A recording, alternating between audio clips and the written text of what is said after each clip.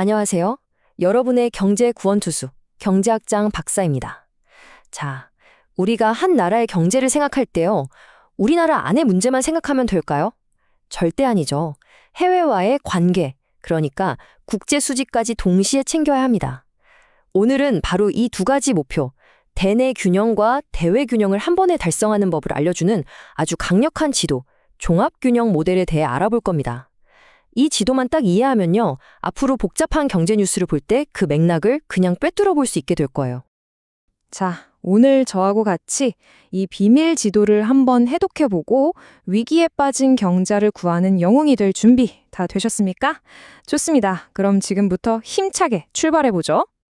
생각해 보세요.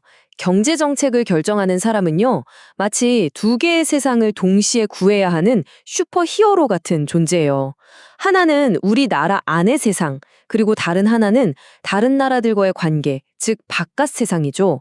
이 두 가지 임무를 동시에 아주 멋지게 성공시켜야만 진짜 경제 영웅이 될 수 있는 겁니다.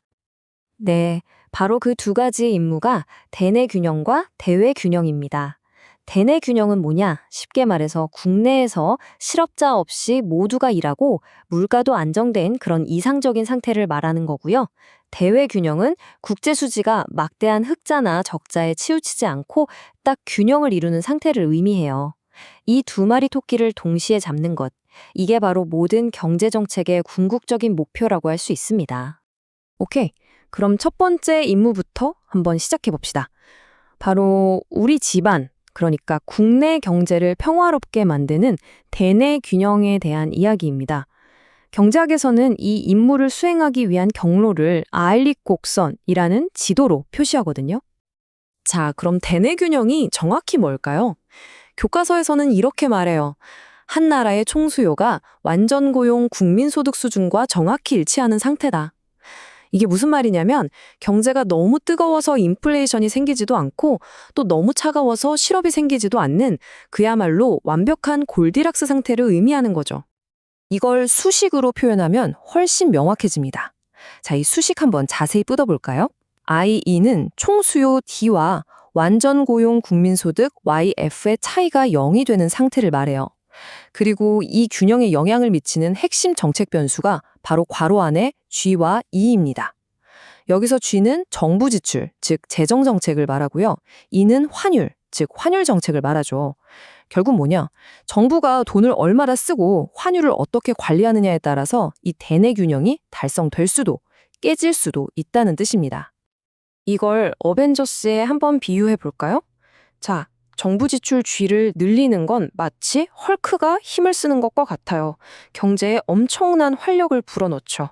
하지만 너무 과하면 어떻게 되죠? 도시가 파괴되잖아요. 경제도 마찬가지로 인플레이션이라는 과열 상태가 됩니다. 이때 경제를 식혀줄 영웅이 필요하겠죠? 바로 닥터 스트레인지, 즉 환율 E입니다. 환율을 하락시키면, 즉 평가 절상을 하면 우리나라 물건이 해외에서 비싸지니까 수출이 줄고 해외 물건은 싸지니까 수입이 늘어나요. 이렇게 순수출이 감소하면 총수요가 줄어들면서 과열된 경제가 진정되죠. 자, 보세요. 헐크, G 증가가 날뛸수록 닥터 스트레인지 E 하락의 냉각 마법이 더 강하게 필요하죠.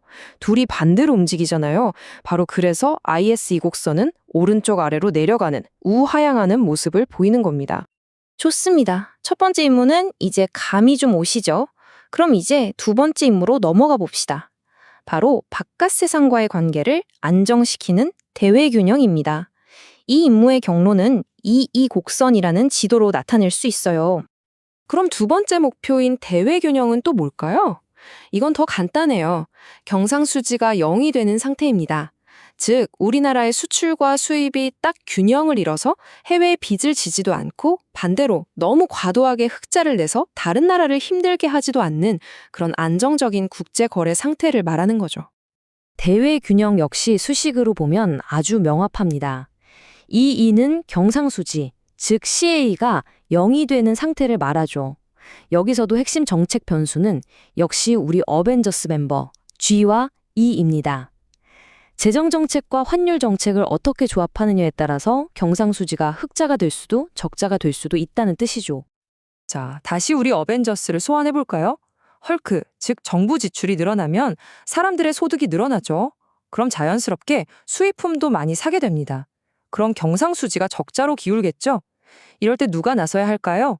바로 닥터 스트레인지, 환율이 나서서 환율을 상승시켜야 합니다. 평가 절하를 해서 우리 수출품의 가격 경쟁력을 높여주고 수출을 팍팍 늘려줘야 균형이 맞겠죠? 자, 헐크가 힘을 셀수록 G 증가, 닥터 스트레인지도 힘을 보태야 이 상승하네요? 둘의 관계가 정비례죠. 그래서 이 곡선은 오른쪽 위로 쭉 올라가는 우상향 형태를 띠게 되는 겁니다. 자, 이제 우리 손에 두 개의 지도가 생겼습니다. 하나는 국내 경제의 안정을 위한 I 지도, 다른 하나는 국제거래의 안정을 위한 E 지도죠.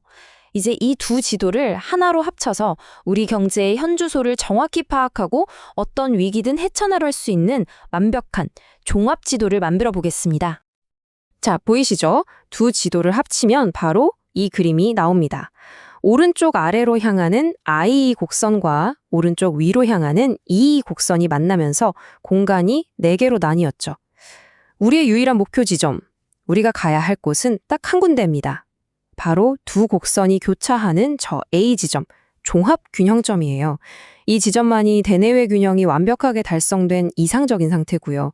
나머지 영역은 전부 다 뭔가 문제가 있는 불균형 상태라는 뜻입니다. 그럼 각 영역이 어떤 상태인지 한번 분석해 볼까요? 먼저 제1사분면입니다. 이 영역은 I 곡선의 왼쪽에 있죠. 그러니까 총 수요가 부족해서 실업이 있는 상태예요. 그리고 이 곡선의 왼쪽이니까 경상수지 흑자 상태입니다. 이걸 요약하면 불황형 흑자라고 할 수 있죠. 나라는 힘든데 무역은 흑자인 그런 상황입니다. 다음은 제2사분면으로 가볼까요? 여기는 I 곡선의 오른쪽에 있으니까 총 수요가 너무 많아서 인플레이션이 발생하고요. 이 곡선의 왼쪽이니까 여전히 경상수지 흑자입니다.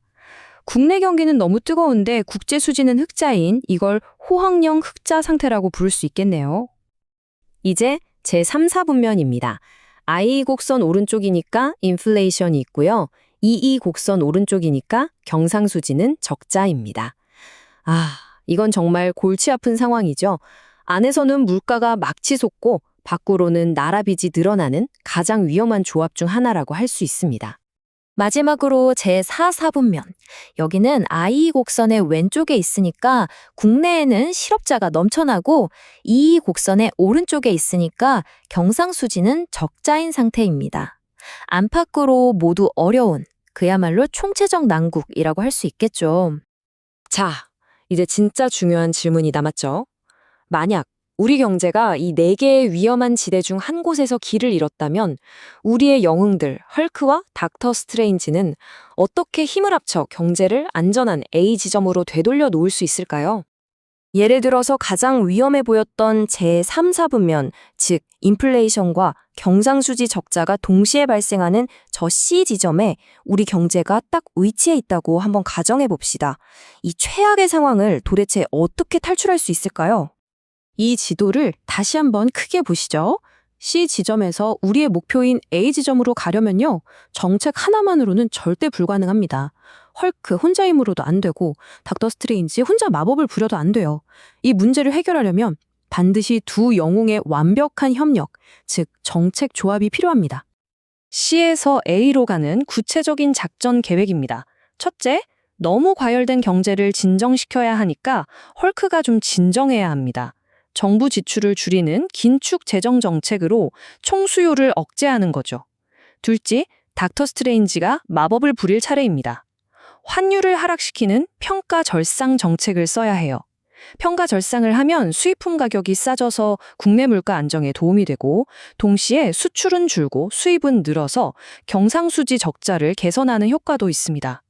이처럼 두 정책을 아주 정교하게 조합해야만 C라는 위기에서 A라는 균형으로 돌아올 수 있는 겁니다. 여러분, 오늘 우리는 단지 어려운 경제의 이론 하나를 배운 게 아닙니다.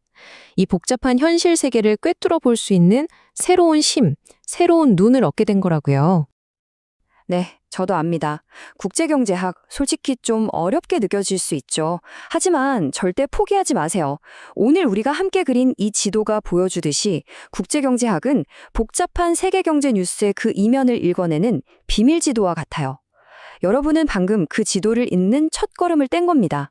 이 지도가 있다면요, 앞으로 여러분은 세상을 훨씬 더 깊고 정확하게 이해할 수 있게 될 겁니다. 자, 마지막으로 여러분께 질문 하나를 던지면서 마무리하겠습니다. 지금 우리가 살고 있는 대한민국 경제는 이 지도 위 어디쯤에 위치하고 있을까요? 만약 여러분이 정책 결정자라면 우리 경제를 완벽한 균형점 A로 이끌기 위해서 어떤 정책 조합을 사용하시겠습니까? 한번 진지하게 고민해 보세요. 그 고민이 바로 여러분을 미래의 경제 영웅으로 만들어 줄 겁니다. 지금까지 경제학장 박사였습니다.